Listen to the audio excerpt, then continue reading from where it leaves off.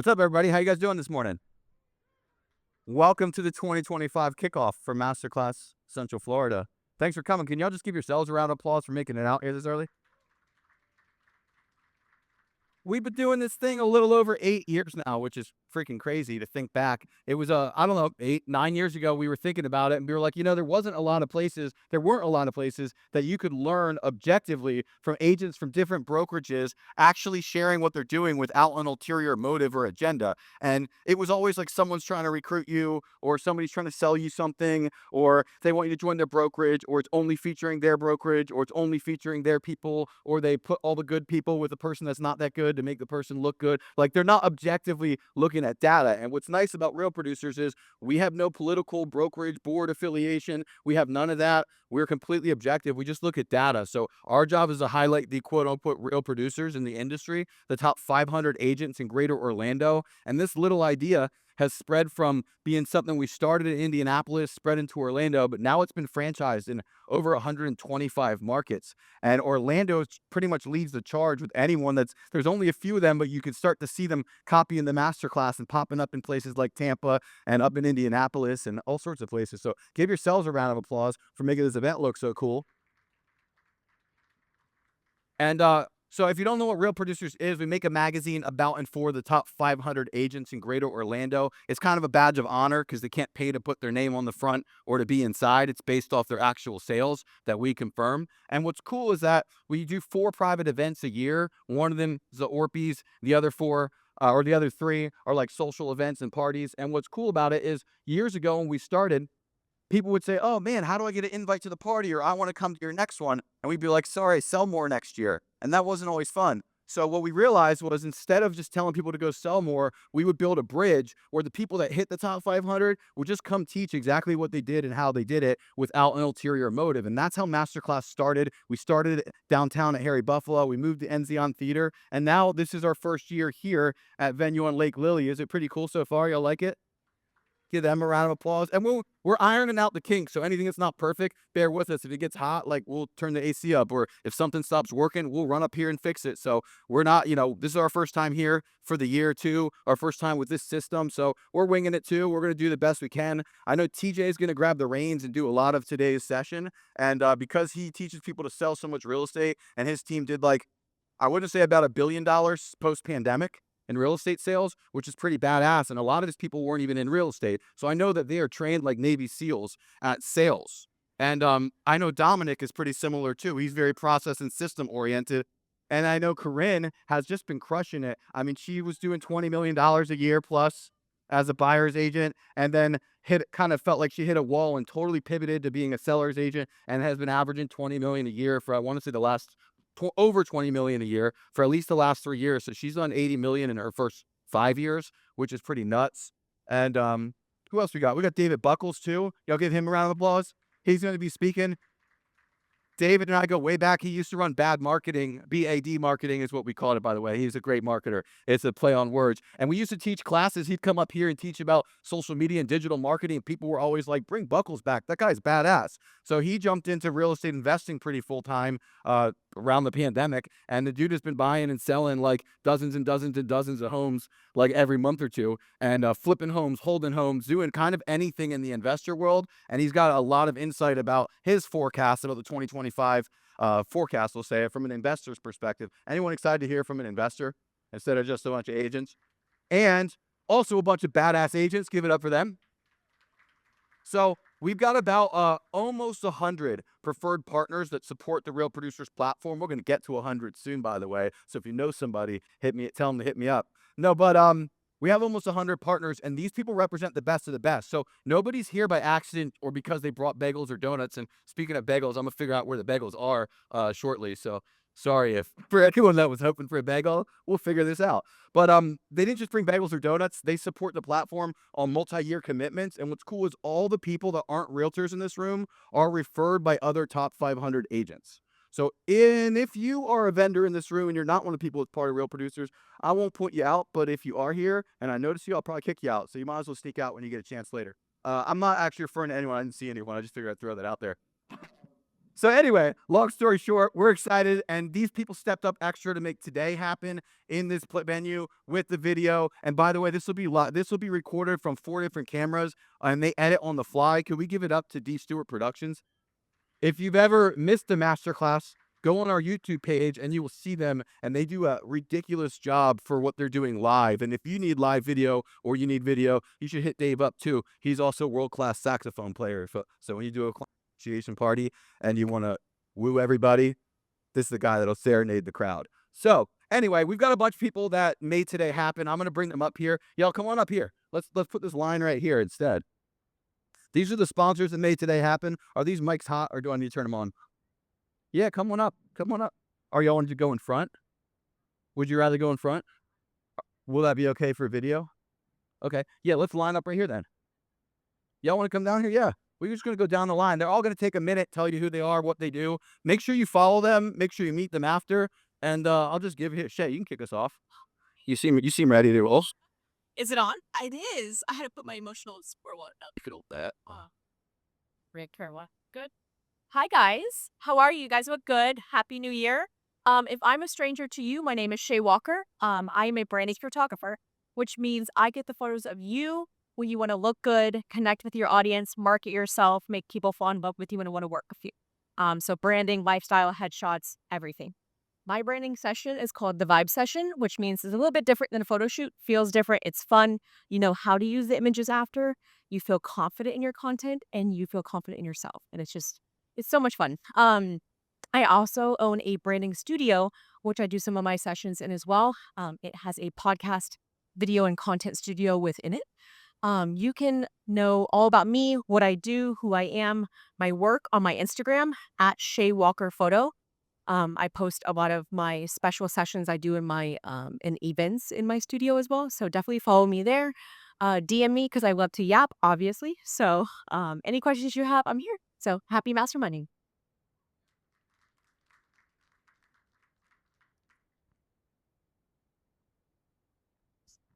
Good morning, everyone. Happy New Year. My name is Kurt Kramer with Sorensen Moving. We are an agent for Mayflower Van Lines. We have 3 locations in Florida. We have 2 in New York, 2 in New Jersey, and about 300 other offices to work with throughout the country. I specialize in all things on the residential side of the business. So my job is to get your folks and other folks to their homes, whether it's locally, whether it's cross country, or whether it's internationally. View me as an extension of you, and I would love to help you and your clients. Thank you. Good morning. Happy New Year. And I know this is going to be probably the most rhetorical question you're asked all the time, but who's here to grow and scale their business? All right. Well, you guys showed up, so congratulations. That's step 1. And I love seeing this room packed. We do this every single month, and the more that come, I know that you guys are here to just kick off 2025. Your partners truly do matter. I am Jocelyn. I'm with Home First Lending. I'm a part of the ACE group. We are actually celebrating our 20th anniversary this year, so we've been local here for 20 years. And helping our realtors. So last year, I was able to close over 100 loans, and 35% of my business was non-traditional creative financing. What does that mean to you? That means that if you go to your lender and you ask them, hey, can we get this buyer qualified? If they don't do anything outside of traditional, conventional FHA, USDA, right? Then ultimately they're going to tell you, sorry, they don't qualify. But if you work with a lender that knows that there are options out there for your buyers that don't fall into that cookie cutter, then we can provide solutions. So if you closed 10 last year and 20 is your goal this year, come find me. Let's talk about your buyers. Just because they don't fall into the cookie cutter doesn't mean they don't qualify to be home buyers. I can help you grow your business. I did it myself. I grew by 35% alone in just going into a product that maybe you guys don't even know about. So we're happy to set up a lunch and talk about it. Again, I'm Jocelyn with Home First Lending. Come find us. We're the ACE group with Home First, and we really look forward to working with you guys and growing your business this year. Wow, that's a tough act to follow. You have had your coffee this morning. I have not. I'm Lori. I'm with Red Door Title Group, and we are a full-service closing and escrow company. Show of hands, who has heard of Red Door Title or Nona Title? All right, woo-woo! So I got a quick question to ask everyone. Who in here works 9 to 5, Monday through Friday? All right, good answer. We have some good realtors out there. So, at Red Door Title, what we really believe is that your partners shouldn't either. So, you guys are out there, you're pounding the pavement, you're doing open houses. It's necessary for you to have points of contact. It's necessary for you to be able to pick up your title partner, call your title partner on the weekend. 10 p.m., it doesn't matter. We don't shut down. You guys don't shut down. Now, when I say we, I'm speaking of me and all 5 people that I am. And so I am available 24/7. Well, our escrow offices and our brick and mortars, they shut down or not shut down. They close 9 to 5. I do not. So my cell phone is always attached to my hip, and that is to help you guys. We do offer mobile closing.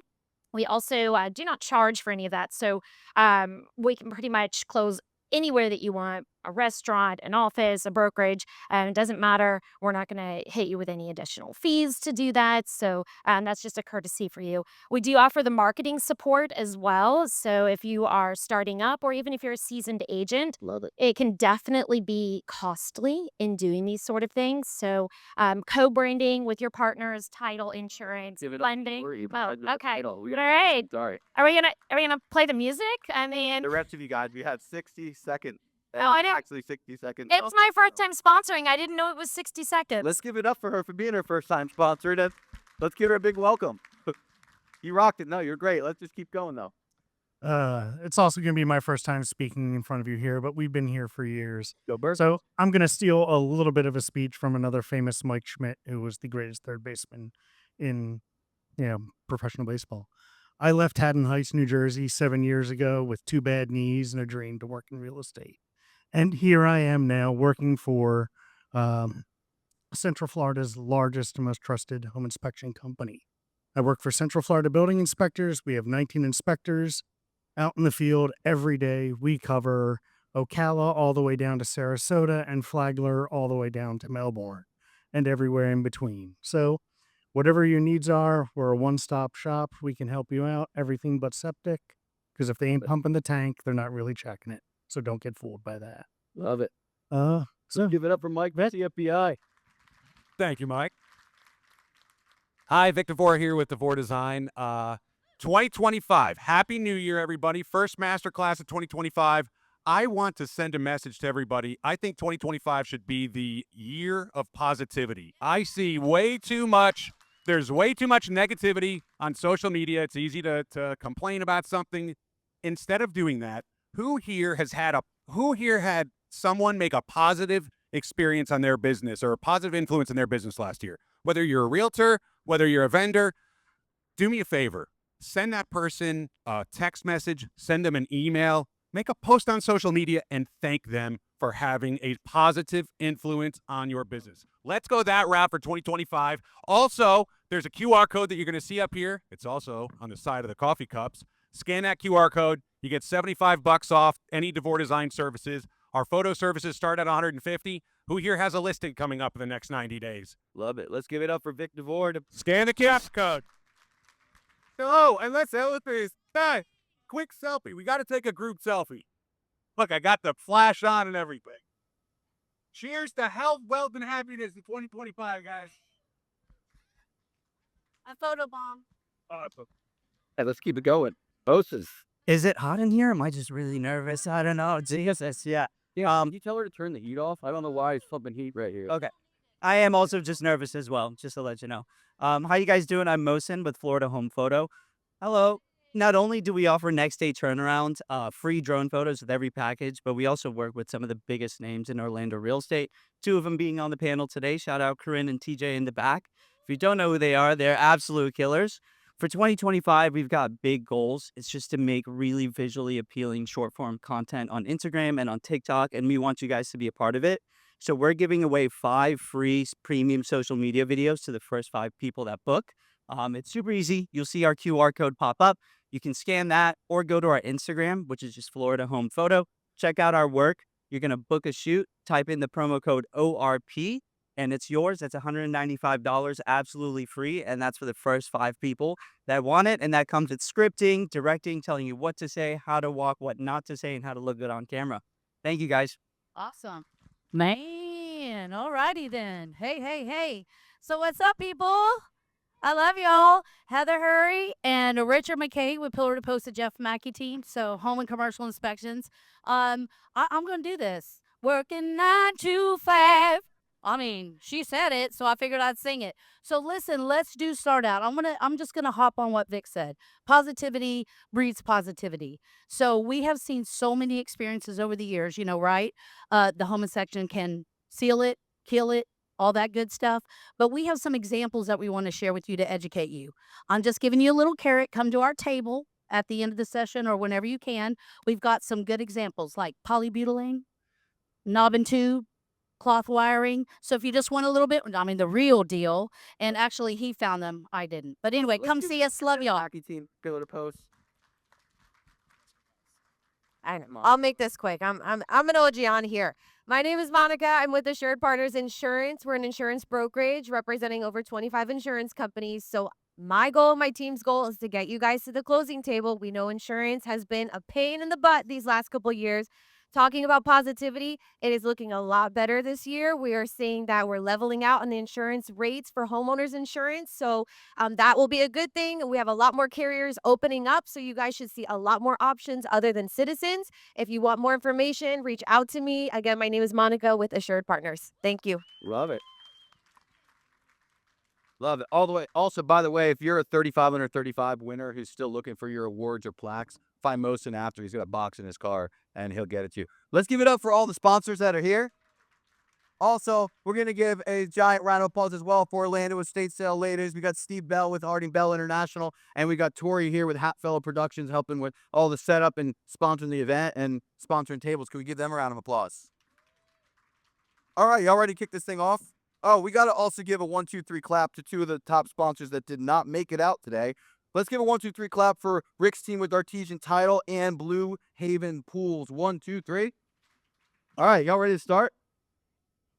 Let's do this thing. I'm gonna bring up TJ first because I'm gonna let him talk with Buckles a little bit. TJ, why don't you come join me? Over $1 billion in team sales since the pandemic, which is pretty badass. His team sells like $300 million plus a year, and he's come from the development side. His background is in networking with really high net worth people on golf courses prior to selling shitloads of real estate. So let's give it up for TJ Cosgrove, who runs a TJC team at Real. I'm gonna have you jump over there for a minute. I know you'll walk around in a bit though. I won't make you sit for too long, I promise.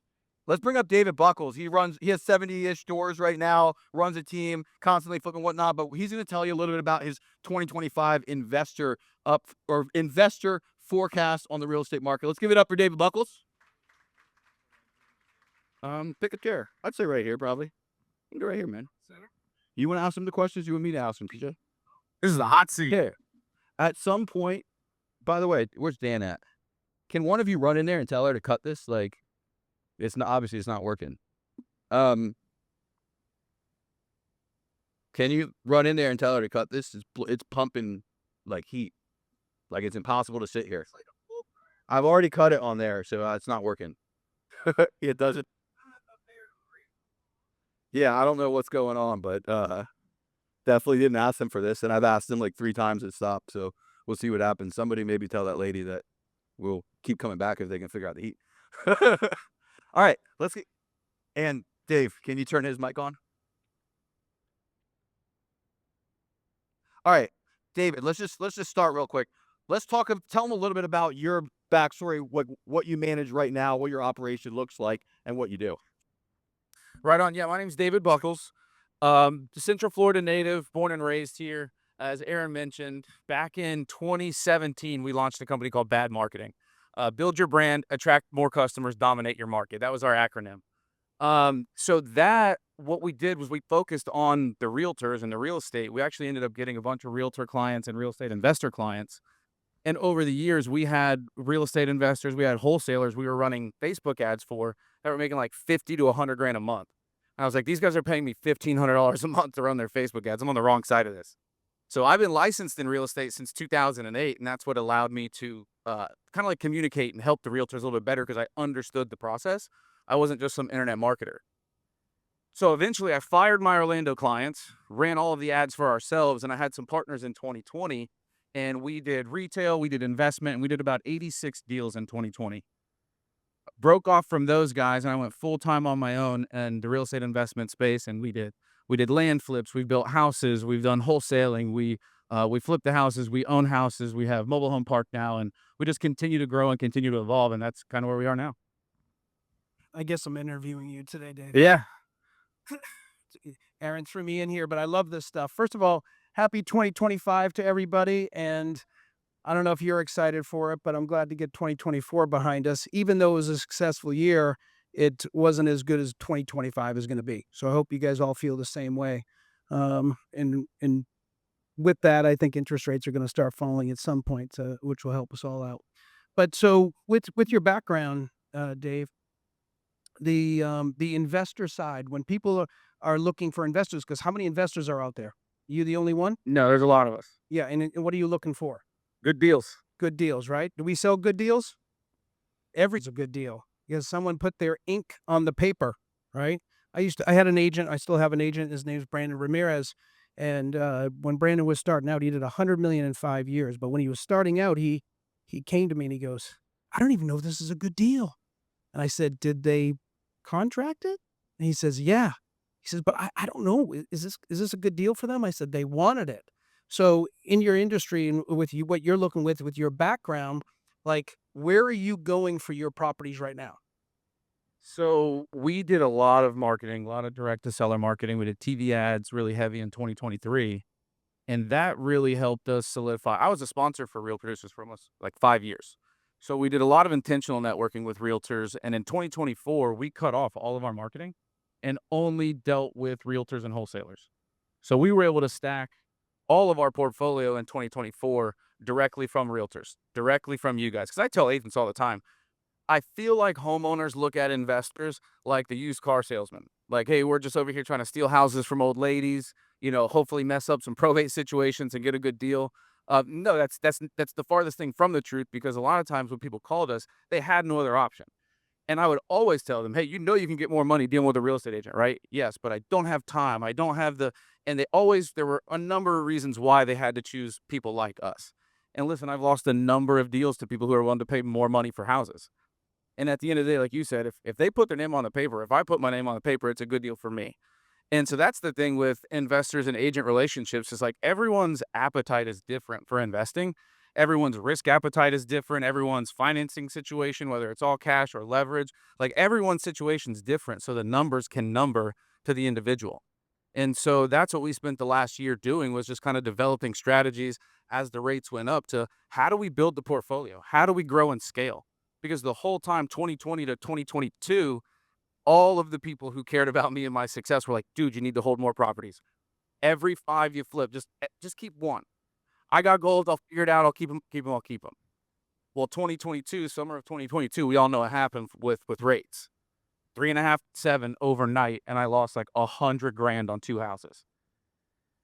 That is what turned me into a student. And from here, we've just navigated and we say, okay, what do we do? How do we do it? How do we stay profitable? So we buy good deals. We look for deeper discounts. I flipped fewer houses this year than I did the previous year, but I made double the money basically on all the houses. So fewer work, more money. What is a good deal to you? What are you looking for? So I'm looking for the ugly houses.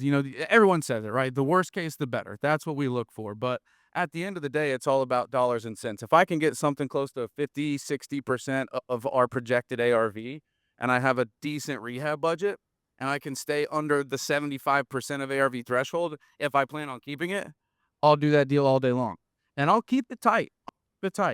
Because I can afford to leave a little bit in there. It's good because we made money on the flips, for taxes and whatnot.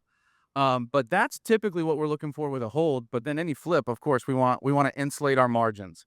Right. The indicators you're looking at to know that strategy is the right strategy, and what do you look for to know when you need to change that? Yeah. You change when the rates went up, for example, and you kind of break down from an investor standpoint. Well, yeah, what you're expecting and how you pivot if it does something different. For sure. You guys seen in the last 3 months, October to January, more price reductions, more higher days on market, more inventory. And what do? You ride it out? Do you drop the price? Do you find where the buyers are working? But what also happened was rates went up to 7.25 just the other day, and now they're dropping again. And so we've been in the worst time to sell houses for the last 3 months, and that's every year.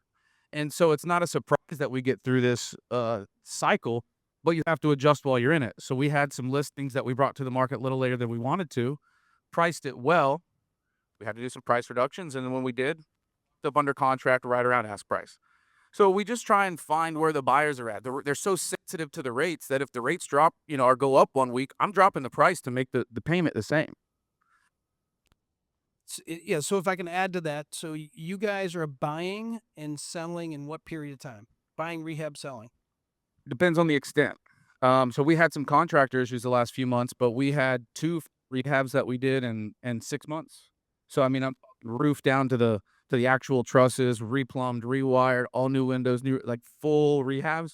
We did 2, and it took about 6 months each. And in that like mindset of an investor, they're constantly looking for more properties, and they're constantly brokering money, right? So Dave and his group, and his brother who I met here, they're constantly looking for the deal, and if you brought them the deal, they find the money, right? Correct. Yep. Tell them about what you're doing with the capital now. Yeah, so we use private investors to fund all of our deals, and it's kind of like instead of going to Bank of America to get a loan, I just go to the Bank of TJ and like, hey, bro, I need $250 for this deal. ARV's $400. He looks at it. Okay, great. Here you go. Where do we wire it? And it didn't always start out that way, but that's kind of what we've grown into, and that's what allowed us to scale this past year the way that we did, because it's a win-win for us and our investors. I mean, we're paying out 10% interest to our investors. They're short-term loans. I mean, again, it's high interest short term, but we're trying to do it in a short period of time. And what's that allowed us to do is, we get money from TJ to do a deal. TJ's friend sees TJ making easy money with David, and they're like, yo, I want in. And so that's why we've been able to scale the way that we have, because the more we do, the more we attract. And I feel so fortunate and grateful because I've done a handful of deals with a lot of you guys in here. And actually, there's somebody in this room who introduced me to their family. And, the relationships in this room, the people that are in this room have, and again, Aaron as well, get the platform. Like it started out very small, and we're, again, very grateful to be where we're at Let me today. ask you the last couple of questions. TJ, you can ask one more at the end if you got a couple more. But let me ask you about your forecast. Like, what are you expecting to see this year? And how are you guys, Right on. how is that factoring into the strategy you're using this year? Yeah, so in 2024, I didn't think we were going to have a very exciting year at all. I thought it was going to be a big year of opportunity. Rates were kind of lingering higher for longer. Excitement throughout the industry was very just blah. And, the pricing, the affordability, just the movement, like it was a very slow year for sales. And now going into 2025, I think there's even more opportunity. And I think we're going to have probably a similar year as far as sales pace, unless something happens. Right. Well, what is that something? Great question. My crystal ball's broken. I'm pretty sure yours is still at the shop too. But at the end of the day, I believe we got a lot of opportunity coming. I think rates will probably stay above 6.25 the whole rest of the year. I think we're probably going to see price action probably level out. We're waiting on the December data for Florida Realtors to come out. Last month in November, it started to show a little bit of a negative print year over year. So just keeping an eye on what's happening in Florida. And so I'm anticipating a little bit of price correction. I don't know how deep or how severe. I wouldn't count on it being drastic, but I would count on it settling, maybe trying to find a little bit of a balance while rates try and find a balance as well. Sorry, I was looking at Aaron. Oh, no, But go for it. to that point, I think what we're seeing when I talk about opportunity for 2025, we all have listings. I still do production myself, still have people that are too high on their pricing for what the market is not doing, right? Market's actually pretty stagnant in some categories of properties. And what's going to happen now is the new listings you get, you're selling off of the data of the not selling, which is where the price improvements come. Okay, so the listings you have might be heavy at times currently, but the new listings you have will be based on the market that wasn't selling, and you're going to get prices to sell. So you're going to get properties to sell. I think there's going to be more transactions at a lower price. And like you said, no crystal ball here, but I usually bring a crystal ball and a lamp. So if I need the genie, I can rub the genie. I need one wish, just one wish. TJ, if his prediction is right, what does that mean to someone like you and what you would tell your team to do? Like if everything stays about the same rate wise, what's that going to mean to the average agent? Things are going to move slower, or like what? Let's just say the real estate market's great, right? What an industry you can go to, and like I can tell you can turn it on. We'll talk about AI, in a little bit, but Like, you can turn this business on and off. And I love the question from the gal with Red Door Title. Sorry, I forgot your name. But Lori, there you go. Threw you a little shout out. So, but the who works 9 to 5? I would love everyone in this room to put what they really work in real estate.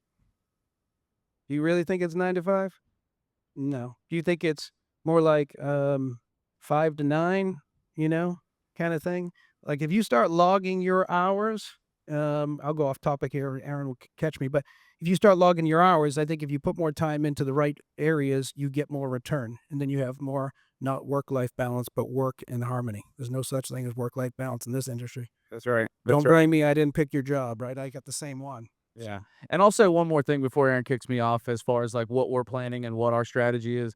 I have an agent who's been working with me for the last few years, and we've been in the trenches together. And basically, we talk every morning with our inventory, our listings, our plan, his buyers, things like that. And at the end of the day, like you mentioned, the new listings that are coming to market now are pricing more competitively than the data that's been sitting. I saw this morning, I think, as of the day, is on market in the state of Florida, 79 days. It's the highest it's been in 10 years. But yet you still have people chasing 2022 pricing. You see what I'm saying? Like, if you find out where we're at and what's going on, those sellers, we tell John not to work with. Don't waste your time on those people. Don't waste your time on those people. So we're coming aggressive. I underwrite all of our flips at a 5% ARV reduction. So if it's a 450, I'm coming in probably list price 425, and it works every time. I'm the nicest house in the neighborhood. I'm the most affordable. We give concessions. We're really flexible. Like, we have to compete with new construction right now, so we're offering those incentives. So the resale market and the new construction market, there used to be a gap. It shrunk, and I think there's going to become a gap again because of what buyers want and are willing to pay for. And it's not top of market, high interest rates, needs a full reno. It's, I'm going down the street to the new builder, smaller yard, maybe HOA, but it's brand new. So that's kind of what I'm seeing. David, tell them about what you have coming up at the end of the month, because I want to make sure that I don't skip it. Oh, right on. Thank you. Yeah, so January 30th, 31st, we're doing a 2-day workshop. Actually, can I ask a question to the audience? Sure. How many of y'all would love to hear David go deep dive into what he looks for as an investor, how he does it, how he flips homes, and how to make money in the investing space? Raise your hand real high if you'd be interested in going. That's real wealth. That's real wealth. What he's doing is real wealth. David, tell him what you got coming up. Yeah, right on. So 2 days, 9 to 5, ironically. I hope you guys are okay with that. They're available. Yeah. It's Thursday, Friday, January 30th, 31st, 2 days. And it's basically an all-intensive workshop on what we do and how we do it. From talking to sellers, direct-to-seller marketing, finding deals, negotiating with sellers, negotiating with agents, underwriting rehabs, estimating rehabs, determining ARV, running comps like an appraiser, building the portfolio, how to leverage, how to raise other people's money, how to structure those deals. Everything that we've done that's got us to this point, we're going and we're pulling back the curtains and we're giving it away to our contracts, our legal documents, like everything that we have, we'll be diving into, explaining, and giving it to you guys if you're interested. I'll be there.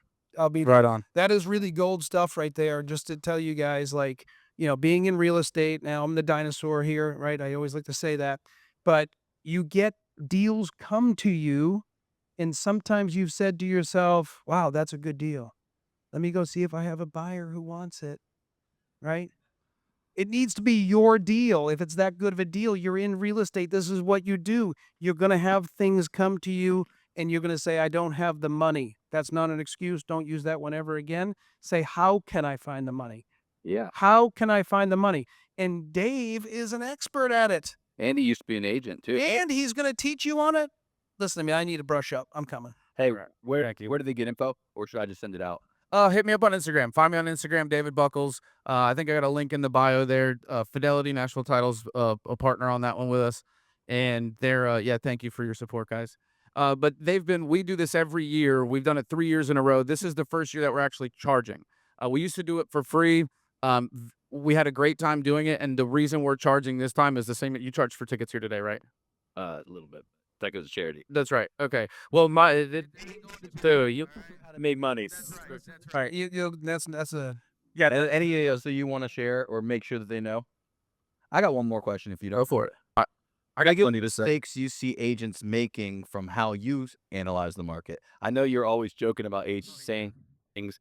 And you do follow me on Instagram. I hope you have good again, because I do pick on the agents that we all know about. And if it's not you, that's okay. But what I see happen is I get realtors that'll send me deals, and it's like the house next door sold for 300, and they're like, "Hey, this is 280. Like, this is a great deal. There's a big discount for you." And I'm like, "Dude, I got to put like 40 grand into it," and then it's now more expensive than the house next door.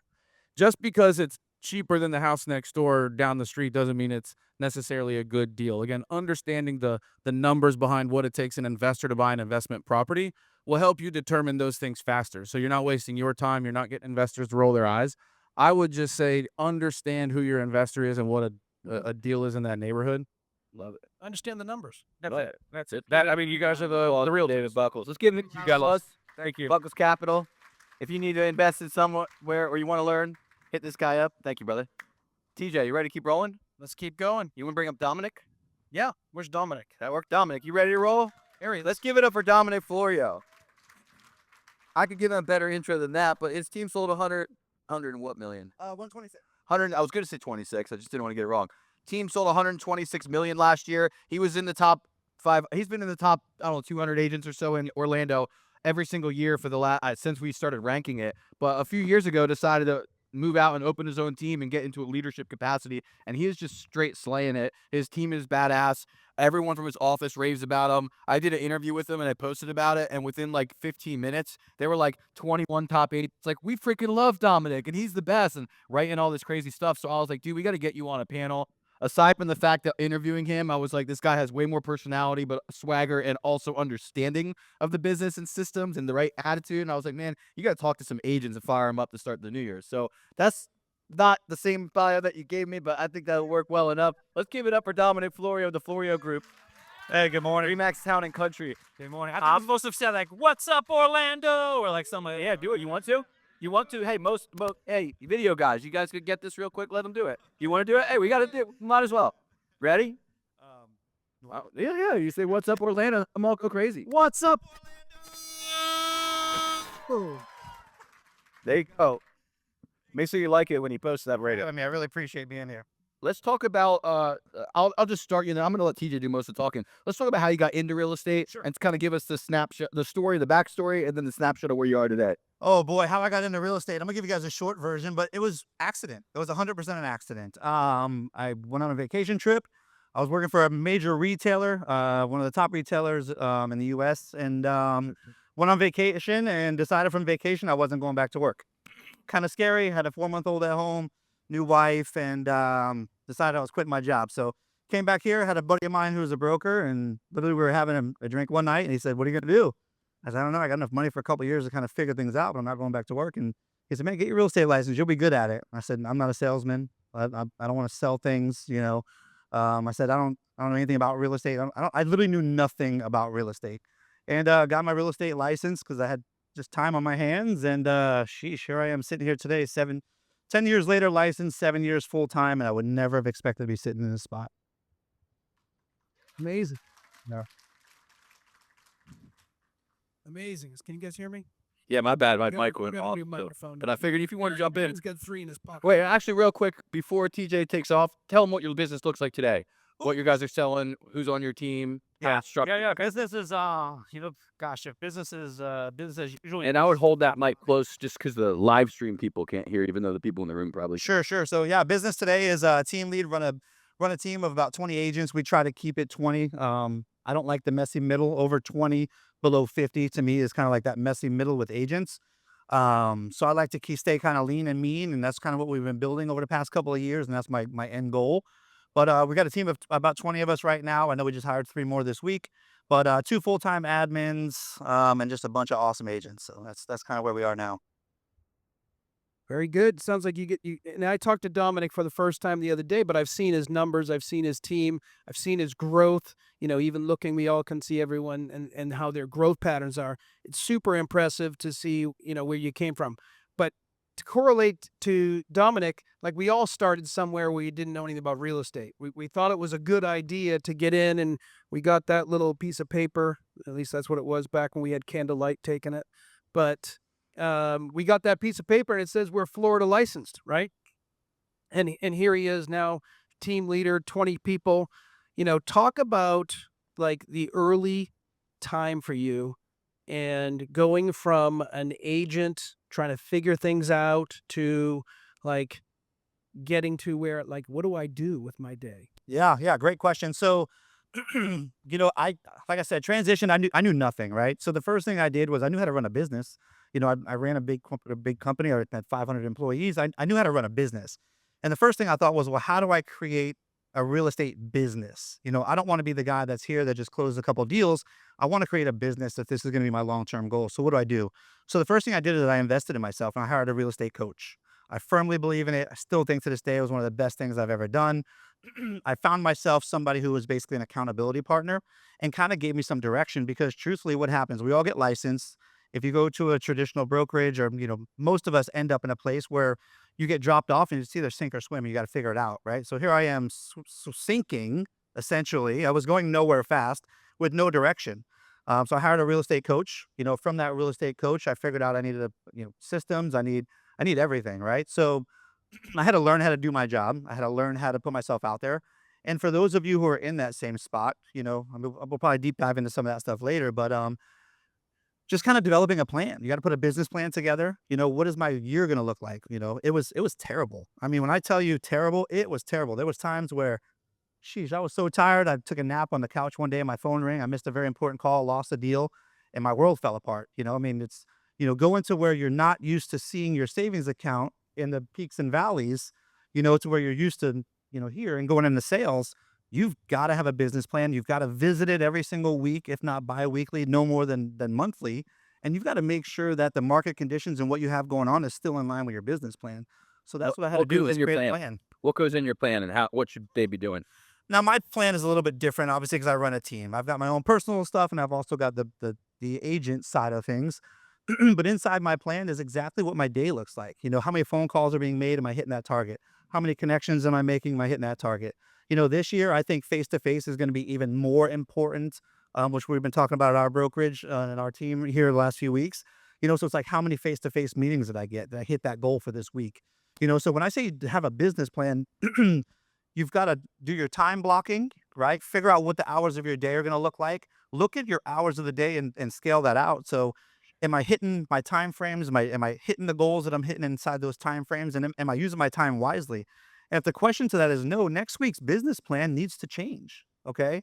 So that's kind of what that looks like for me. So I've got the team side of things where it's like, what's our conversions? What's our phone calls look like? What does our answer rate look like? Because I monitor all that as well.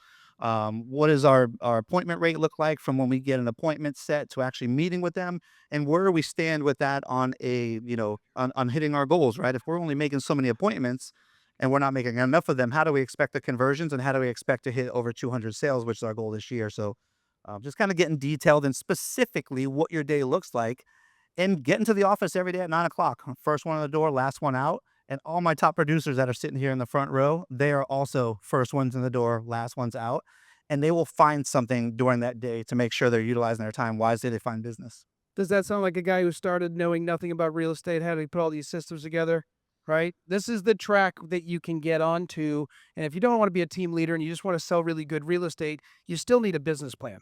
I mean, not to call anyone out, but like, if you have a business plan, you're ahead of the game. If you have a detailed business plan, you're going to get somewhere. You are going to get what you aim at, period. Right? And in this business, it's very vital to have a very detailed business plan. And again, we'll talk a little bit more about AI, but I can do it for you. I can do it for you. Yeah, real quick about the business plans. Something that I think is important for you guys to take away is the whole goal here is find business and get referral business, right? So your business plan and your day needs to have something in there on what you're going to do to find new business, right? A lot of you in here, I'm sure, work for big names, different things. The big thing we're pushing right now and that we believe in is the referral business and the relationships from others out of Florida. We've been targeting that now for 2 years. And, we every single month we go 30 for 30. Who's got their referrals? 30 different agents outside per month. I think that should be part of your plan. Yesterday I talked to a guy in Charlotte for referral business. What do you do to target those agents, specifically? Yeah. So, me personally, my plan for that is I go to the websites and I look to see who's got what digital platform out there, right? I think your digital footprint is probably one of the most important things about you, because the first thing everyone does whenever they find out, oh, who's Dominick Florio, the realtor, is they're going to type Dominick Florio realtor in Google, and they're going to see who exactly this guy is that everybody's talking about. And if your name is not all over the first page and second page of Google on every single platform you can imagine with reviews and what the customer should expect, you're missing a big part of your business. I failed at building out a Google page, but I had a bunch of other pages that I thought were really important. And last year I focused so hard on Google, and I've tripled what I put into building out my Google page just on the business that already came in from there. So I go and I look for the agents online that have a similar platform to me, who's got a great experience out there, who's got positive reviews, who's got some sales to kind of back up, sending my referrals somewhere that's going to provide the same level of service that I provide.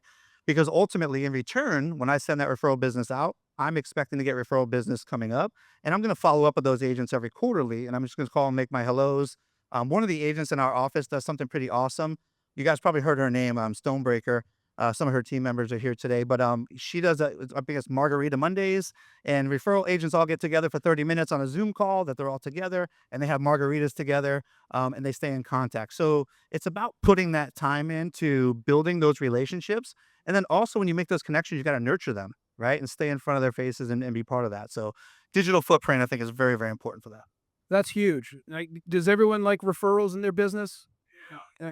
What level of lead quality is that? Is that a D, a C, a B, right? It's right there at A. Somebody else is already promoting you. You don't have to sell yourself.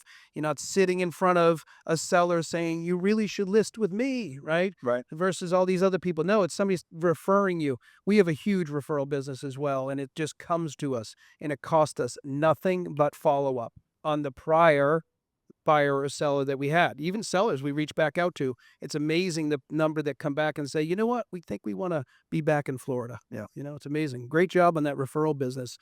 Just going back to that business plan for just 1 second. If anyone in here doesn't have a business plan, let me get you started. And if you have a business plan, you can reset your business plan. Do you know what you start with in a business plan? A goal? I got something better than that. I know what you chase, right?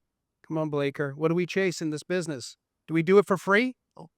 Okay, we get money, right? So you start with money. What do I want to make in 2025? You're already down 2 weeks. We're going to say 2025, I want to make 50,000, 100,000, 400,000, $1 million, right? It's all possible. There's people in this industry, people in this room making over $1 million a year in real estate. Maybe even up to 2 million, right? So it's all possible. So you start with that. Then you identify a silo like referral business or where I'm going to put my time into. And then you categorize maybe somewhere you want to be an expert in. Don't be an expert in Florida, be an expert in some area, right? Be very targeted, be help out to put money into a long time that you get it back. And then you're going to multiply, your commission rate and then know how many transactions you have to make. Then you take the transactions and you go to conversations. How many conversations do I got? If my referral business is a high level, if I convert whatever that number is, it's going to break it down so you know what you have to do every day.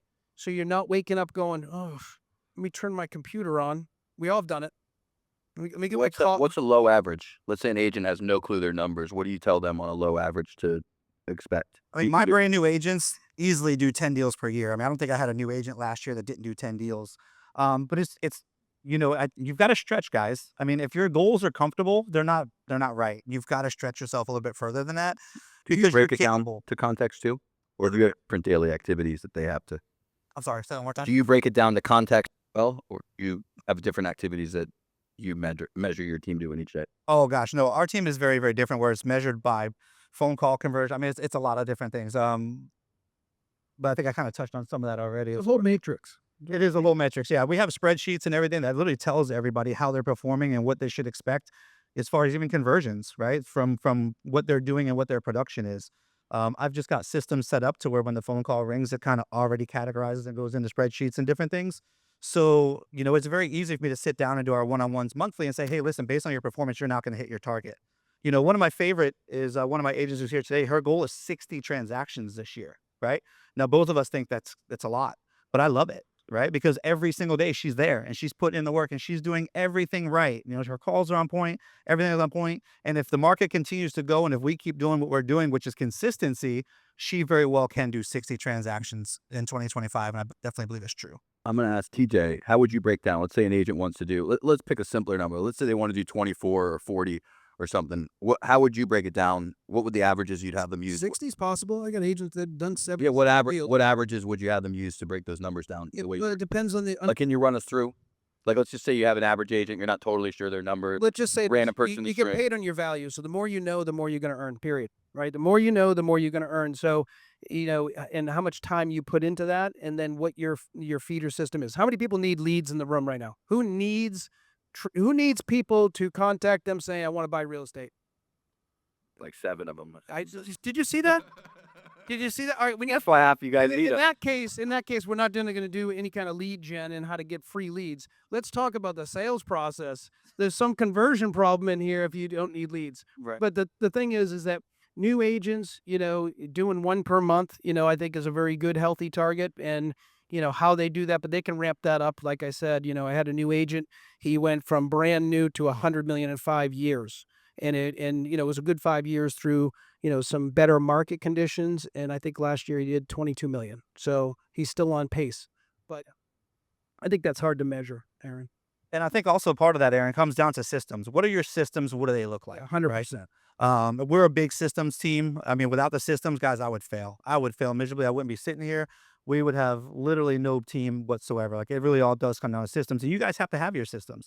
You've got to, he'll talk about it a little later on, but you've got to have things that are also automated to where your time is so valuable. You have to be able to have things in the background automatically running for themselves so you can have that one-on-one FaceTime with your consumers and your customers so you can make those relationships, close those transactions, and ultimately get the referral business. One thing I just want to say, I know you're wrapping up, Aaron, but No, we're going to keep going. I'm just going to have someone in. talking to Dominick, one of the things I was super impressed with when I asked him, what he looks for, what's important on his team. I'm going to tell you, his team's going to cheer right now, but he said culture. He said culture. It's so important to us in culture, and it's easy to be in a good environment, working around good people and having good synergy. And that's why we're all here today, because we have to learn something from each other, right? We have to learn something from each other, and I think that hats off to Dominick, for his team and how successful they are. Yeah, the culture is going to be the most important, guys. And for those of you who don't have a team, it's going to be your foundation, right? So what does your foundation look like? What part of your table that you have has a squeaky leg or a leg that's loose, right? So you got to build from the bottom up, and then it even, from that, it even goes even further, right? So your integrity to everything else. I mean, there's agents in these rooms. I just saw Peter over here. If you build your relationship, you build your integrity, you run your business right, you make the relationships, you do everything. Equally as important as it is to build the relationships and get the business from the customers, it's all of you that are in the room here today. It's even more important to have those relationships there to where if I call, I haven't seen you in a while. How you doing? If I call Peter up and I say, hey man, I got a customer that's got a deal, what can you do to get us in? Take a look at this. He's going to relay to his customer that he knows for a fact that Dominick or Dominick's team is going to close that deal, whatever it takes. It's going to be done with integrity. It's going to be, even if it's uncomfortable and we don't like it, we're going to close it, right? It's about doing what's right, not what's comfortable, and putting everybody else first and putting yourself last. So it starts at the bottom. If your foundation is broken and you're not doing things right there, the agents in the room aren't going to want to work with you. Therefore, when you turn into a market where we did, for the last few years, where truthfully, I think last year we did about 20 deals where agents called back and said, hey, Dominick, I see your name on a transaction. We want your deal. My seller told them that's your deal we want, but that's what you want to build and that's what you want to get to. So more importantly, as you guys put your systems in place and you build those relationships there, network in this room and get to know people, because you are going to get deals accepted, especially as we transition into 2025. I think we're going to have another tough year in a sense of if you don't have consistency in your business and your business plans are not monitoring, those of you who struggled last year, I think you're going to have another tough year. So it's really going to be the year to kind of hunker down a little bit if your systems aren't in place, get a good CRM follow-up, get a good digital footprint out there, and kind of work on yourself. But if you don't do that, I think it's going to be another tough year for some of you who struggled. Let's talk about where you would start. Let's say somebody's in this room and just took that as an oh shit moment. Yeah. And they're like, damn, I got to get my shit together. Yep. Where would you tell them, aside from the CRM and the system, like what would the daily activities, what would be the first few things that they do? Yeah, number one is that online presence, like I mentioned. You've got to build out every page possible, okay? If you're not everywhere on the internet, you're doing it wrong, especially here in our industry. You've got to figure out what it's going to take for you guys. What is your goal? How many phone calls do I need to make a day? How many relationships do I need to make? How many connections do I need to make? You're going to lunch every single day. None of us, well, we skip lunch all the time actually. But what I mean by that is, 3 days a week, you should be setting an appointment to meet with someone for lunch or for coffee or for something, okay? Y'all got that? Say that one more time. 3 days a week is what I coach on, that you should be meeting someone for either coffee, for lunch, for a happy hour, for something. Whether it's one of the professionals that are inside the building here, because if you're struggling with marketing money and getting yourself out there, one of the partners in here is going to be the ones that's going to put their money out so you can get marketing budgets. And they're easily going to put that up and dual market with you. So it should be with a local professional. It should be with maybe somebody you're already working with. It should be with somebody you've already closed a deal with that you want to gain their business, right? And you don't want to be salesy. For all of us, most of my customers are my friends. I don't know of any customers I can call up right now that wouldn't have a drink with me or lunch. We have a good time doing transactions. We have fun. But, you don't make it salesy. You put it up the relationship and the friendship that's there. And then at the end of it, you say, hey, if you know anybody appreciates the level of service I provide, don't forget about me. Send them my way. Give me their number. I'll give them a call. And that's what we do. We keep it short, sweet, and we don't even touch on it. But when you start and you fix your foundation, and your foundation is solid through your whole transaction, you're not even going to ask for the business. My phone rings almost daily from all the customers from the past 7 years because they think about me when they think real estate. Because go ahead. That's it. We say this in our office. Our closing is, now if anyone of your friends is interested, we don't ask the referral, that we say, if any of your friends say the word real estate, remember TJ, real estate, TJ, right? And you put it in their head. Then they're in conversation, be like, oh yeah, I was thinking about real estate. Oh, you should talk to this guy or this gal. Put that word real estate. There's only one company that's done it better, and that's Zillow. Zillow has replaced the word real estate. It's searched more than the word real estate. Zillow searched more than real estate. And also, just to kind of touch on something too, is, when you guys are looking for that business, a lot of you guys are on social media. I hope you're on social media, not for the fact of social media, just for the exposure. But join the referral groups. There's referral groups all over social media. I get tagged so much on just referral teams that are somewhere else in the U.S. that have the referral groups that are on there. You guys should be part of all of those referral groups. Can I just add to that? You should be taking advantage of the fact that you live in a city that people are relocating to. There's only so many in the country that people are moving in at such a high rate that we're on every single list you could think of, and you live here anyway. Well, so you might you have to deal with hurricanes, you have to deal with humidity, you get all the good things and the bad things. The great thing in being in real estate is people are coming here. So if you make friends with an agent in Montana, let's just say, what are the odds that you're going to have someone that's ready to go to Montana? They're probably pretty slim, but that person probably has someone coming here, and that's why what he's saying so powerful. Ken Posick, when he first moved here, we had him on a panel. He was brand new from Detroit. He had sold maybe $8 million worth of real estate here by himself, and he had done another 11 to agents referrals into Orlando, and now he's doing a few $100 million a year. So yeah, when you guys have your listings, and one of the things I do is I track my listings where they're being viewed from. Part of that is through the website. You can do it through the MLS. You can do it a couple different ways. But when you guys track on the heat maps, and if you guys track who is viewing your listings and where, that's going to show you the cities who are looking to buy inside of Orlando. And you can even deep dive. And I know some of the tech teams and the Vince team and all that, so you go find the agents in that city, right? And then you go start follow the real producers in that city. Just throwing it out there. That's what I'll go follow the Chicago real producers or right. Real Absolutely right. Follow all the agents they feature. Boston. As funny as it is, but the chances of somebody, in New York having a referral partner directly here is slim, right? So you call. Just call and make a connection. Make 5 phone calls a day until you meet one realtor, right? Do that every 30 days. 5 phone calls a day to meet one realtor in another city that's moving into ours. But the data that MLS and all these systems provide, it's got the answer to everything you guys are looking for. You just got to invest in yourself and take some classes to understand what those systems are. I'm going to bring somebody else up. Wait 1 second. So to that point, so in the referral network, how's this? Every agent puts a video together like, hey, it's so-and-so here in Central Florida. We have some phenomenal opportunities. I know that your buyers from your area are coming down here. Love to do a referral network with you. I got some folks that might be relocating your area. Are you interested? Send it out to teams, right? Absolutely right. Have something cool, have a little catchphrase, right? So mine is hey, how do your customers feel about palm trees and pina coladas?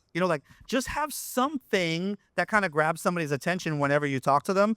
And you say, yeah, man, listen, we're in Florida. Everybody's coming here. We got this. It's January, and we're still in shorts and T-shirts for the most part, right? So, hey, real quick, people in this room that can help with that video, that do any type of video production, raise your hand real quick. Video people, seek out the people with their hands up. Y'all, raise your hand. Emilio, you're one of them. Dave Stewart's team. We got Mosin here. We got Vic's team. So look for the people with their hands up if you need to make that video. And a shout out. We have a 12-year-old here skipping school. He is in video editing right now. Love it. He's learning it. Child labor. That's the best way to do it. Hey, real quick, I want to keep this conversation going, but I want to add Corinne in, and I want to go into lead generation and conversion and phone calls and all the stuff that she's a badass at. And I'll keep you up because it sounds like you're really good at that too. No, you stay there, and TJ, you can keep this rolling. But Corinne, let's give it up for Corinne. 80 million sold in her first 5 years. She's with Team Great at EXP Realty. And here, there you go. She's amazing. Give her a round of applause one more time.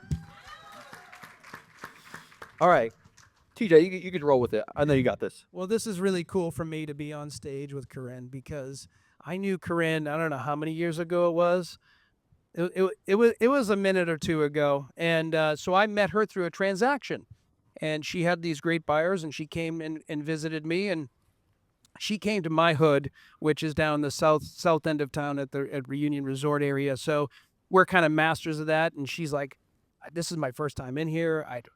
I said, don't worry about it. I got this. All right. So we met the clients, right? We'll go through the story, but more or less they bought, I don't know, $3 million in real estate in two transactions that we were able to be a part of together.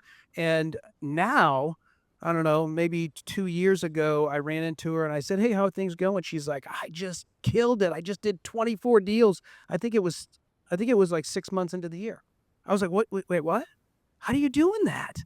And she told me how she's doing it. I'm like, wow, what a go-getter. She has a phenomenal growth story. So if you're looking to grow your business, this is the one to talk to right here. Let's ask her about it. Let's hear about it. Tell us about it, Corinne. Yeah. Why don't you start with like how big you are now? With how many ages do you have on your team? It's awesome. Is your team looks so many questions. All right, one question. Okay, so what's the first question? First question is that how many people do you have on your team now? Currently on my team, I have 9 agents. I just started this team 7-8 months ago. Super excited for the growth. Backstory real quick on me. Started real estate 5 years ago. Knew no one in the industry out here. No family in real estate. Had no sphere.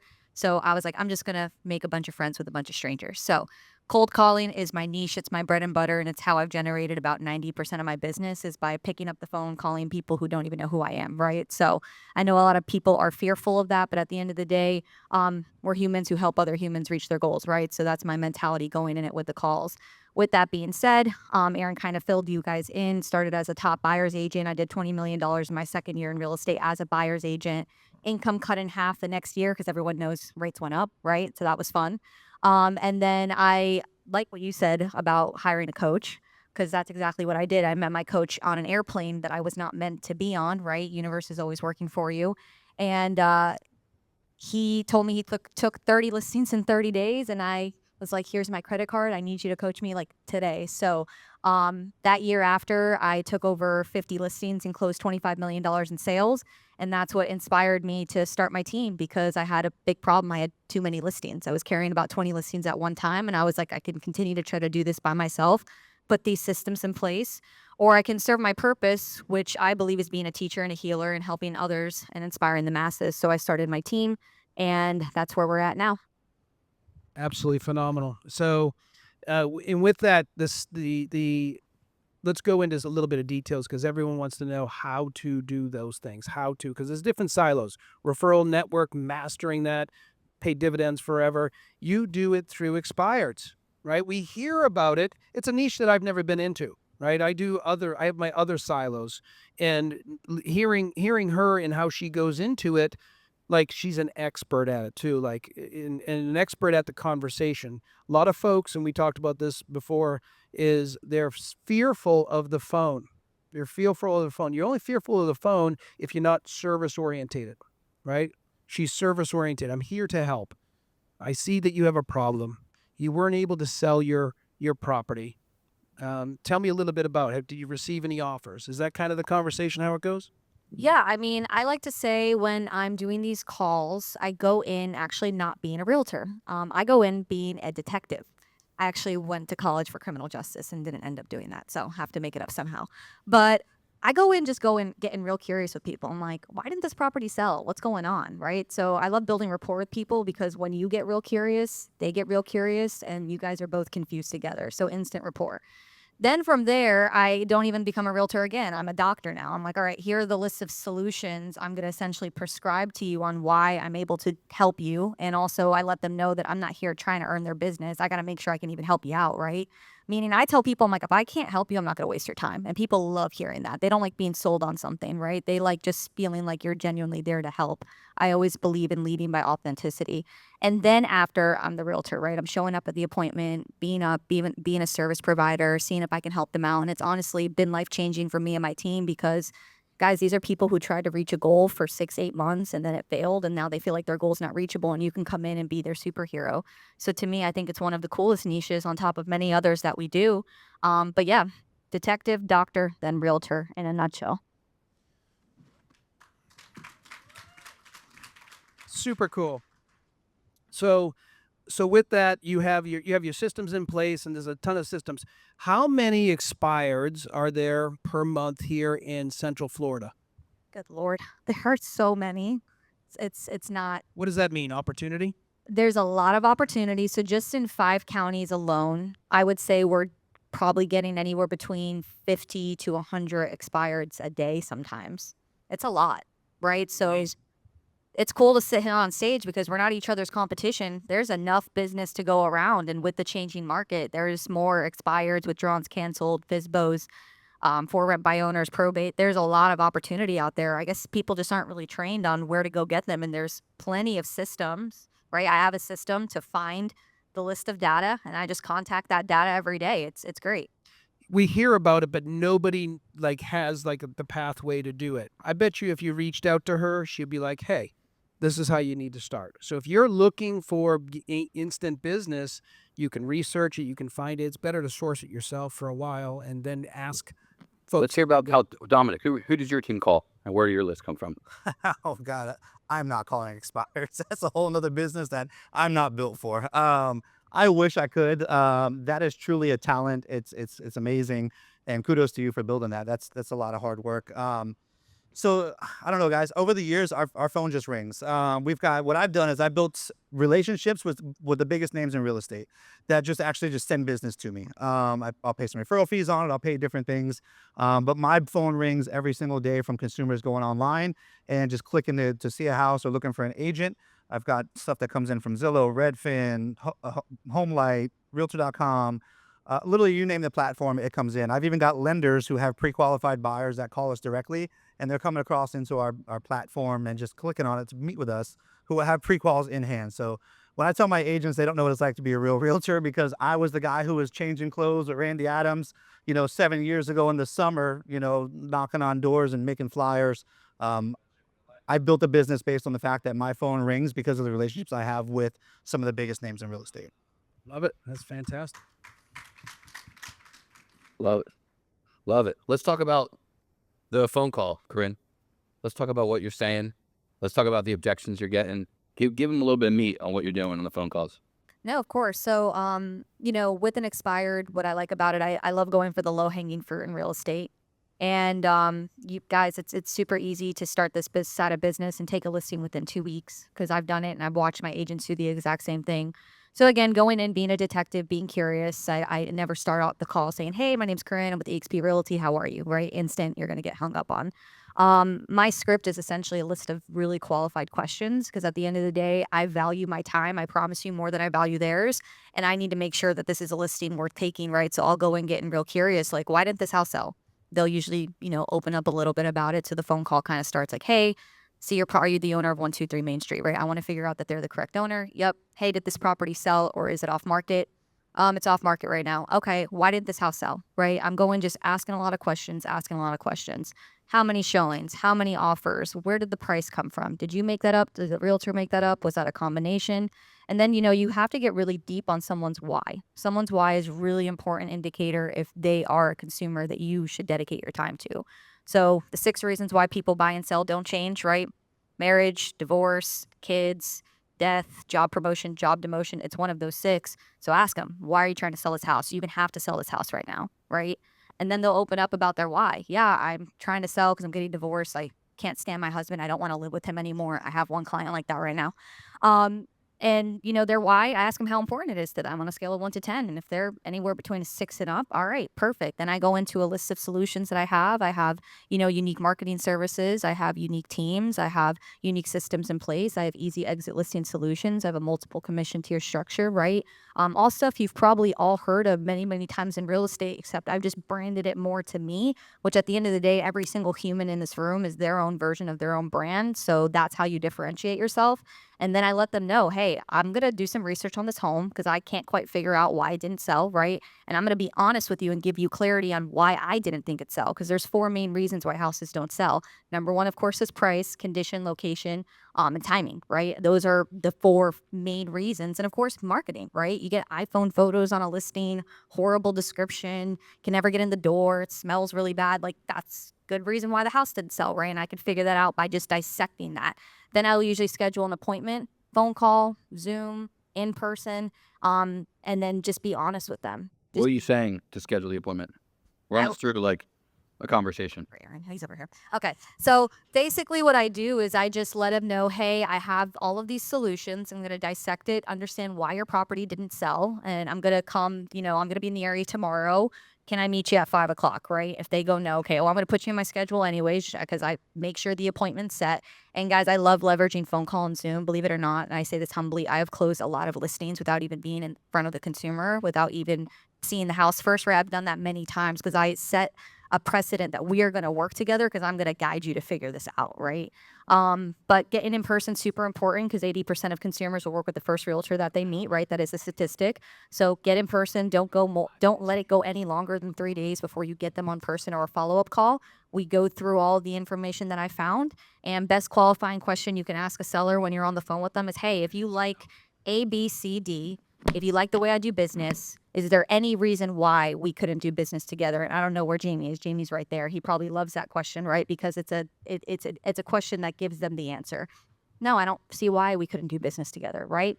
Done. See you tomorrow at 5:30. Go out there and let them know, hey, we're going to get paperwork signed. We're going to start this process together because I make it low risk for people. I tell them that I have an easy exit listing agreement. They could fire me for any reason. I don't hold people to paper. I don't sleep at night doing that. And they feel comfortable working with me. And I'm just being really human.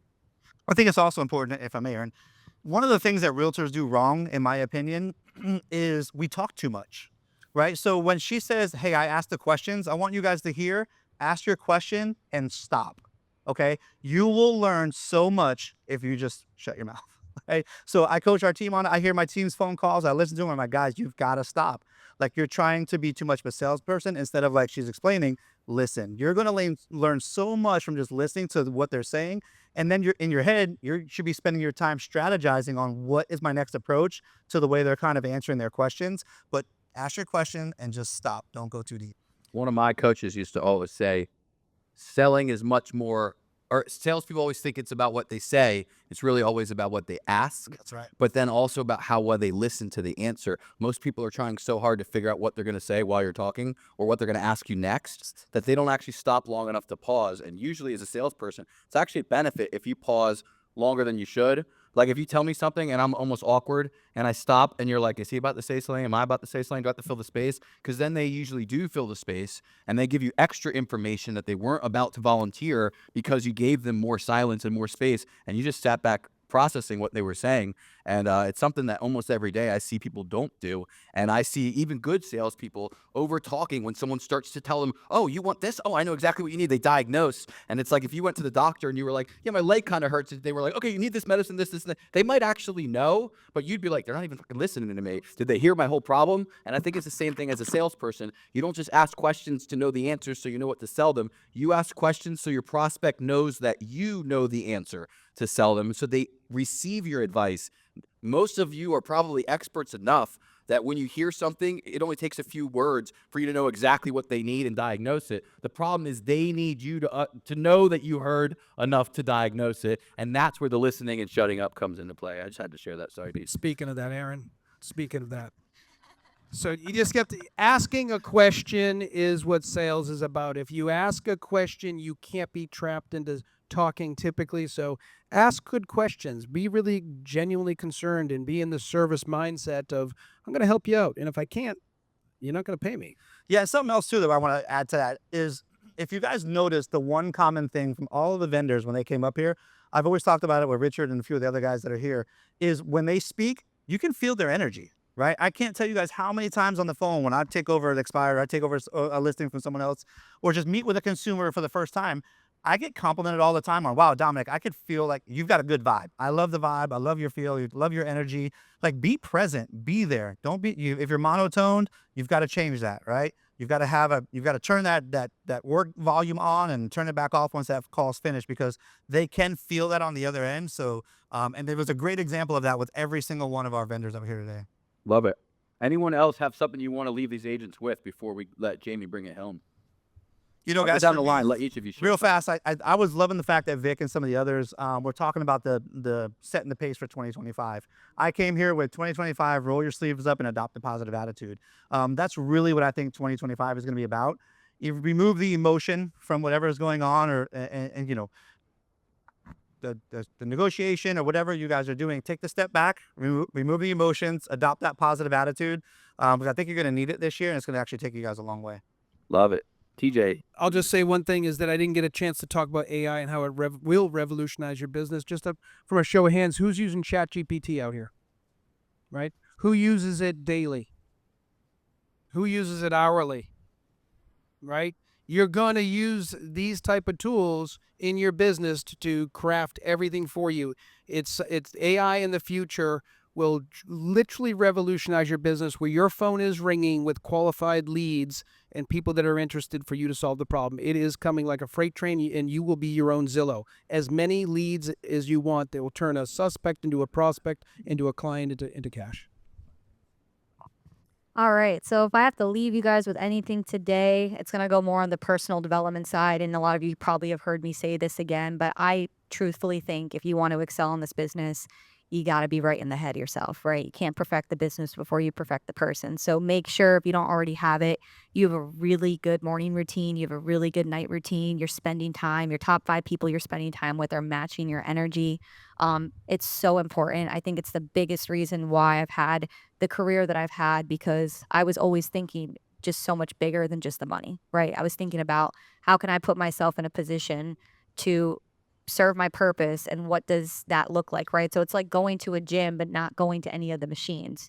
You guys can show up here and just take in the information you're getting, or you can actually go take action. There's a difference, right? 2024 was rough. I'm not gonna lie. Even though I started a team, I've been in this business only 5 years. It's been quite a roller coaster to start real estate since 2019. You know, I hear the stories back from like 2010 to 2020. I think y'all had a pretty straight line road, right? It was pretty stable. That was not my start into real estate. This should really be in a history book last year, guys. We dealt with a presidential election year that was probably one of the most fearful election years possible. We had the NAR lawsuit, right? They changed our damn lock boxes the same month of this lawsuit. Like, I don't know why that was planned like that, right? But we had a lot going on, and y'all are still here, so give yourselves a hand. Y'all give it up for that? Yeah. All right. Can we give it up for all the panelists? All right, here's what we're going to do. TJ still has some AI stuff he wants to share, and I'm going to bring up a special guest speaker who's going to bring the house down. But here's what I decided we're going to do, and we're going to make this work. So here's what's up. The food arrived up front. I'm going to let Jamie Miller wrap us up in a minute. We're going to give one more round of applause to these people in a second, so but hold it. And then once we do that, I'm going to let y'all grab food, and I'm going to give the mic back to TJ, and I'm going to let him go for, I don't know, 10 minutes, 15 minutes, whatever he wants to do. After we were supposed to end, I'm going to let him teach his AI stuff, because he's got some badass AI stuff that those of you that can stick around are going to want to hear. Those of you that can't, we get it. But he did such a good job moderating. I don't want to cut off all the stuff he was going to do. Can we give it up for TJ for volunteering to moderate and all that? Can we give it up for the panelists as well? And for Buckles, who was here earlier? Make sure you check out his class. All right. Yeah, let's give one more round of applause to them, and then I'm going to clear the stage. We're going to bring Jamie up. All right, so here's the deal. Here's what happened. Jamie had a pretty high-profile event. He was supposed to speak at the Pentagon today. And we were supposed to speak at the Pentagon in October. It got moved to today, and I was like, I'm doing Masterclass, man. Have fun at the Pentagon. And it is rescheduled. It was tentative. Let's just say there's some things going on that affects national security, and the clearance changed to only essential people. And if you can't tell, neither of us are that essential at the Pentagon. So We'll get there someday. But we're speaking to transitioning soldiers about entrepreneurship and conscious communication. He's a conscious communication coach and expert at linguistics, how to say things to get the best results. And long story short, I told Jamie, look, if the Pentagon doesn't happen, I'm going to save you a spot at Masterclass if you're not at the Pentagon. So those of you guys that are here today are in for a special treat. It's not as high profile, the Maitland Civic Center, but could we give him a huge roaring round of applause and make him feel welcome today? Jamie Miller, conscious communication coach. I want to just hand this to you, man. You can do the whole, oh, you can just use that mic. That works even easier. It's cool. Okay. I'm going to start out with a question. It's not going to be a surprise to any of you. How many of you, like me, believe your ability to communicate is important? Okay, every hand goes up. All right. And just start shouting out some answers. Aaron, I've got 10 minutes, right? Can we all agree 10 minutes is not a long time to teach you everything in communication, correct? Okay, good. Before I start teaching communication, just very quick question. Shout out your answers. What benefits do you guys get being better in your communication? Who said that? Peter, right? More deals. Who agrees with Peter? You get more deals. Okay. My goal in the next 8 minutes is to teach you things that you're not currently doing in your communication, all right, so that you can actually implement it. Is that cool? Fair? Okay, wonderful. If I can teach you a one-off question you can ask people and they start selling themselves on your services, before you even share anything, who would like to learn that one-off question? Okay. Hold me accountable if Aaron tries to shut me up, all right, when I get in terms of over-delivering. Just someone say, hey, what's that question? And I'll share it with you. At the end, I promise you. Consciously, okay, so watch this. The word promise. I'm going to teach a bunch of ad-lib stuff. I don't have slides and stuff. I got tons of ammunition from what was shared from Dominick and Corinne and TJ up here. So it'll be a little bit fresh. One lesson. What's your name, madam? Kashima said, what's the question? I label the word promise as the most dangerous word on the planet. Okay, listen, if you're going to promise something to someone, you have to 100% deliver on it. So first lesson. Don't ever say the word promise unless you can 100% deliver on it. I said I was going to prove a point to my new friend Matt here. I get better at my communication simply because I get to get on stages like this and I get to teach you guys things that you don't know around communication. All right, let's say I teach you something today in just human mix. I can't do justice to this. In one word response, all of you shout out, I share something with you today. You want to get better at it. In one word, what should you all be doing to get better at something? You all just proved to me, and Matt, I just proved to you, all right? None of you are listening to the other person in front of you. All right? I can't do justice to this. People don't hear. If I say I'm not here to sell you something, what do you hear me saying? I'm selling you something. I clearly said on the mic, the recording captured it, I get better because I teach. I didn't invent that concept. How many of you realize the more you teach something, the better you get at it? Did I invent that concept? Who believes that's true? Okay, great. I just stood around in the front of a room of people and said, I get better because I teach. I asked you guys what you should do to get better, and you will answer practice. Here's what it proves to me. You're not listening. Make some sense? Okay, have I got your attention already here? Okay. Now, Dominick, who's going to become my new friend, I believe, as a result of this, says it's about being on the phone, but then it's about getting the meeting. Correct? All right, you want to get the meeting face to face? Okay, watch this. Some of you asking bad questions, too general a question. Watch this. What if I ask you guys, do you have time to meet with me later today? What will all of you in unison typically say to a question like that? No. Okay. Consciously add the words at least in your dialogue, and you will turn a no very quickly into a yes.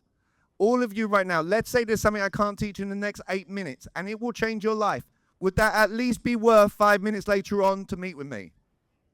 Okay, I consciously turn a no into a yes.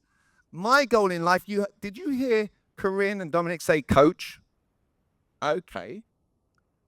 My idea of coaching is just to be a supplement. It's to teach things. If someone's got a commitment and they're doing calls all day, it's then how do you elevate that consciousness of the conversation to get a meeting with someone? Corinne, here's new ammunition. Did you hear Corinne say she does a lot of Zooms? All right. I'm going to let you in a little tip. Zoom is easier to sell someone than face-to-face. You know why?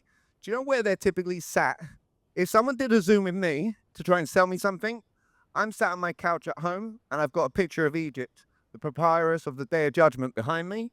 If someone, true story, but watch this. What if someone got on the phone with me, they're actually trying to sell me, but it's consciously part of the sales process to go, hey, before we start talking, just out of curiosity, what's the deal with the thing behind you?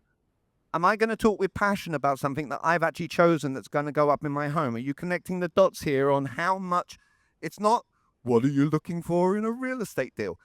The reason I met Aaron 5.5 years ago. God bless my mum. She deserves all the credit for that. Because I said, I want to help realtors. Why? Because they get a license to sell something with zero prerequisite for what comes out their mouth. And it is the most emotional sale on the planet. You heard Corinne say, you've got to get someone to emotions. All right. And then the overshare. Who's learned something already from me? All right. Are we okay? Good. My goal is to teach more. All right. So when it comes to overshare, how many of you agree with Dominic? There's too much talking. Okay. You want to ask questions you want the answer to. If you have a seller, haven't you had a seller say, I think my house is worth X? Every realtor on the planet typically is asking, how'd you come up with that price? I teach consciously, do you really think you're going to agree with them after they've gone off on a tirade once you've asked them that question? Do you see where I'm going? Like, so realtors are asking really bad questions you don't want the answer to. How'd you come up with that price? Like, you're now letting someone who's not the expert talk to you and you have to listen to them. So there's better questions that I can't teach in 5 minutes, all right? Just be fair with me on this. Okay, all right.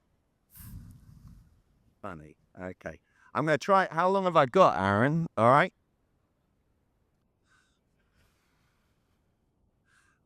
One of the best people who's the vendors up here earlier on was Jocelyn. Do you know why? She engaged the room in questions. She didn't go on a bunch of tirades on I. All right. In the, if you've had buyers tell you, I think the market's going to crash, I'm going to hold off. Don't ask them, why do you think it's going to crash? Because now you give them an ability to go off on a tangent. It's my way of overcoming something. It's a buffer play. Just turn around to someone and say, I get it. I can see at this moment in time where you could be thinking that way. There's something around the market I've not had a chance to share with you yet. Is it okay if I share something with you? Now you've buffered. And then I'm not going to tell them something. I'm going to ask them a question. And on purpose, psychology-wise, consciously, I'm going to use a multiple choice question. Multiple choice is the best way on the planet to steer a conversation. And I'm going to start with something like this. Hey, just humor me. Out of curiosity, do you have a really terrible taste, or would you say you got pretty good taste? What do you think they're going to answer you? Pretty good taste. That's how I'm steering the conversation to be like, so you're telling me you think the market's going to do this. When the market does this, do you think that's going to give you more of a chance or less of a chance of actually getting the property that you want? And they're going to think about it. Matt's like, yeah, okay. They're going to say less of a chance. Okay, so what do you think we should be doing? As a question, they're going to say, do you know what? I think we should keep looking, find the deal that we want, and then when we see, and I'm going to get to say these magic words. Every conversation you go into, need to go into with the words, I agree with you. I'm making it the other person idea. Oh, by the way, this works for you. How many of you like me have kids? How many of you want your kids to do things you want them to do without telling them to do it? I get way more fulfillment teaching my clients to do that stuff. All right. Just to help you out, new thing I'm going to teach, and then I'm going to hold myself accountable to the one-off. Dominic said we get oversharing. All right. You're like, this is a tip. How many of you ever caught yourself oversharing? Okay. Imagine, my flavor of teaching this, imagine you've got a mini version of yourself and it whispers in your ear, you're talking too much. Do this. Always make it about the other person first. I call it garnering understanding. Okay. How many of you realize every hand went up in this room on my first question? None of you, if I ask you what was the question, none of you remember the question. I used 3 words consciously. Corinne talked about rapport build. It was you like me, just for a lesson for yourselves. Use you like me in a question. How many of you like me believe your ability to communicate is important? Show of hands, every hand went up.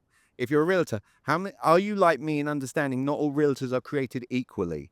As a good starting point. When you do that, you can ask for whatever commission you want. All right, just as an example. But imagine you've got a mini version of yourself and it turns around to the person, hey, just out of curiosity, have you ever had a time where you're passionate about something and you find that you can talk about it a lot? The person in front of you can go, yes. Then you say, I just caught myself doing that. Just out of curiosity, what was one thing that stood out? Not several. What was one thing that really stood out to you to get motion? If they say to you, I love everything you just shared, here's what they're telling you. I wasn't paying attention to anything you just shared. If they say, I love when you shared this, you then get to be like, and ask, oh, why that? Now they're talking in a positive direction. Who loves that as a play? Great. And then to just deliver on a promise, Peter answered the question with more deals. All right. And I asked the whole room, who agrees with Peter? More deals. Anyone care to remember the question that I asked that got Peter to share more deals? Okay, so just so you know, you can go into any conversation. If you're a guy in here wanting to get a date with a girl, you can use it. All right. If you're with your kids trying to get them to eat vegetables, you can use this question.